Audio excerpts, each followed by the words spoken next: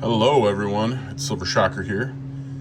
Today I'm going to be putting some of my Barber quarters, otherwise known as Liberty headquarters.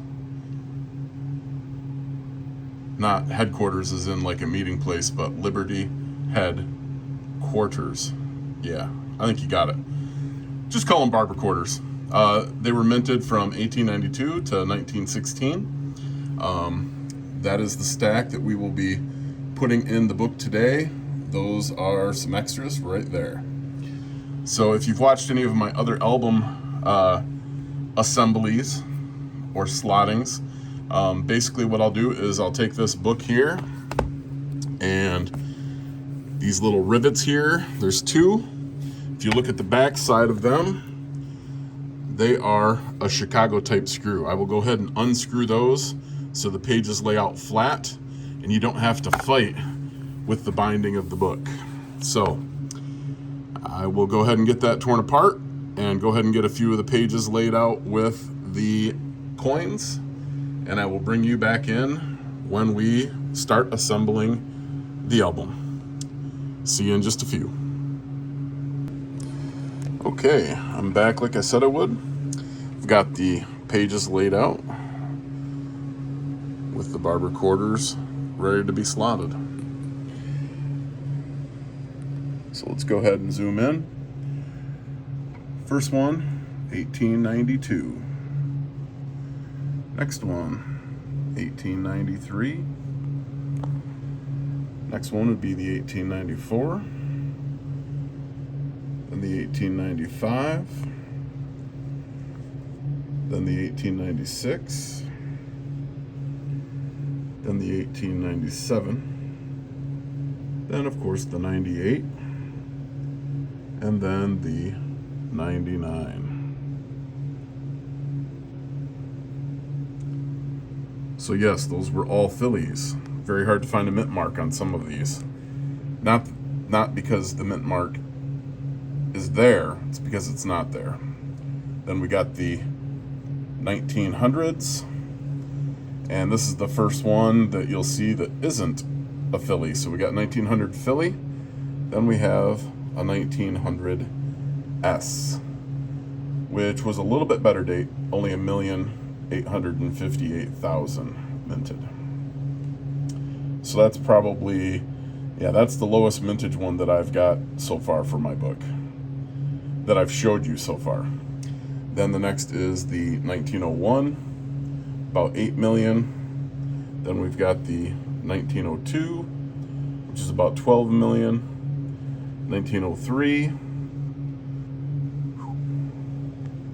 Let's go down to 1x. 1903. That coin's kind of beat up, but that's 9 million.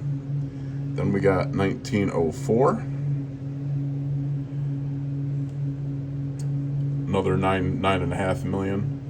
Then the 05s and 06s, I don't have any of those until we get to 07. Probably my nicest looking Barber is the 1907 Philly. 7 million minted.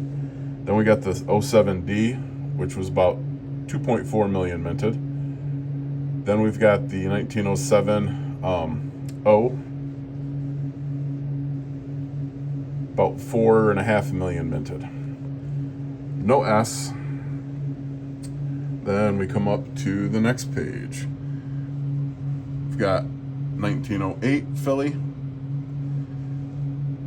1908 Denver, 1908 New Orleans, and 1908 San Francisco. The 1908 S, I know I picked up from Rob Finds Treasure, I believe, and that is a 784,000. So that's a low mintage. Then we got the 1909 and the 1909 Denver. Then we've got the 1910 and the 1910 Denver. Then we've got the 1911. I skipped it. 1911. Okay. And then I do not have the Denver, but I do have don't have the Denver, but I do have the San Francisco. And I don't have it sitting there because right now it is under my scope because the mint mark is almost illegible. So if you look there, you've got the bottom of the tail feathers. Right there is an S. Believe me, it's an S. Not an O, not a D. And then you pretty much can't make out anything about $quarter or anything down there. But you can clearly see that there is an S right there. So I'm going to put it in the book. So after the S, we have the 1912, followed by the 1913. Now the 1913 is a lower mintage as well, 484,000. Then we've got the 1914 and 1914 Denver. Then we have the 1915 and 1915 Denver. And then on the very last page, we've got the 1916. And then we've got all of these open slots to put quarters in. So one of these open slots here, I'm going to go ahead and slot this gem. It's a seated. It is, I believe it's an 1845 seated quarter. $quarter. So I'll be throwing that in the book. All right, give me a second. I'm going to go ahead and start getting these slotted, and I'll come back with a wrap up.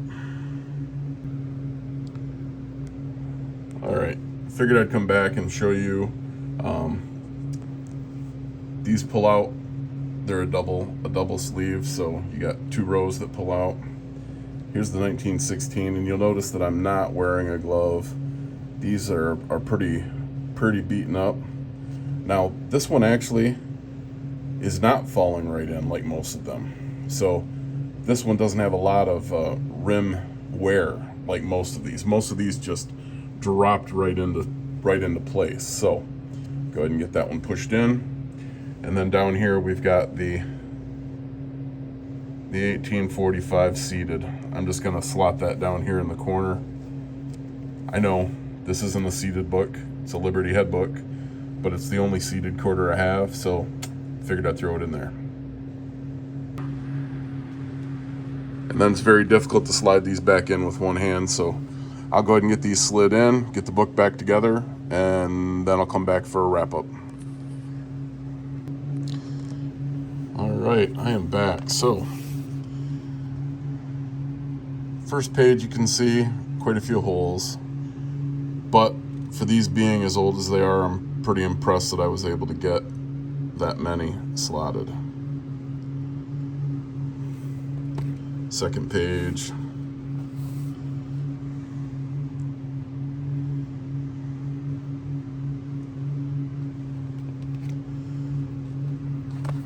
Third page. Probably the most slotted on the third page. And then the last page. Just 2. And then lots of extra spots. All right, well, I'm gonna go ahead and put the book back together. I hope you liked my video. If you did, go ahead and subscribe. Ring the notification bell so you get notified when I post my next video. You might notice that all my other albums have been oh my gosh, Whitman albums. My next album actually is going to be quarters, Washington quarters. So Whitman Classic is what I've been using. But this Dansko, brand new in the wrapper on Amazon, was $10 cheaper than the Whitman album. So sorry, but I'm just using it to hold some quarters, so I went with the $10 cheaper album. going to go ahead and get this put back together. And until next time.